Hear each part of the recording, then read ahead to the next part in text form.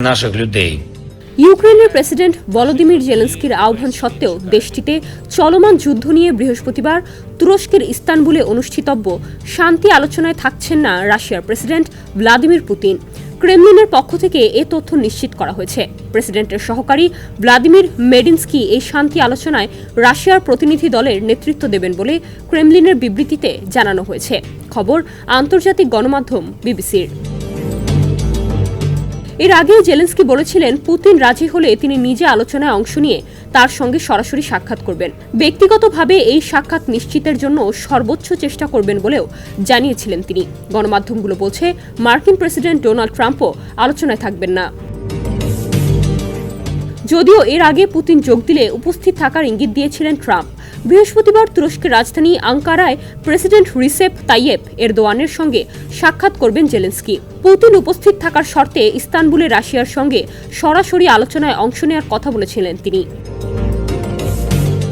Zelensky বলেন, Russia থেকে কে আসছেন আমি তা দেখার অপেক্ষায় আছি। তারপর ইউক্রেনের পদক্ষেপের বিষয়ে সিদ্ধান্ত নেব। এখন পর্যন্ত তাদের পক্ষ থেকে গণমাধ্যমে আসা বার্তা সন্তোষজনক নয়। বুধবার রাতে ভিডিও ভাষণে তিনি এসব কথা বলেন। পুতিন এবং জেলেনস্কির মধ্যে সবশেষ সরাসরি সাক্ষাৎ হয়েছিল 2019 সালের ডিসেম্বর মাসে। আর 2022 সালের মার্চে ইউক্রেনে রাশিয়ার সামরিক অভিযান শুরুর কিছুদিন পর ইস্তানবুলে শেষবার সরাসরি আলোচনায় বসেছিল রাশিয়া ও ইউক্রেন।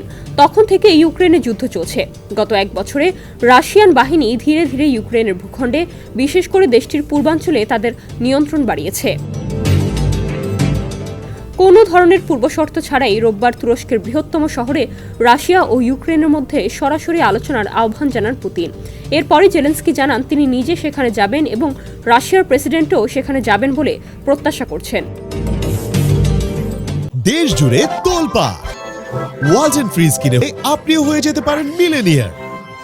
শনিবার কিয়েভে ইউরোপীয় নেতাদের বৈঠকের পর ইউক্রেনে 30 দিনের যুদ্ধবিরতির আহ্বান জানায় পশ্চিমা দেশগুলো। তারপরই পুতিন এই প্রস্তাব দেয়। রোববার ট্রাম্প ইউক্রেনকে প্রস্তাব গ্রহণের আহ্বান জানানোর পর জেলেনস্কি নিজে সেখানে যাবার কথা জানান।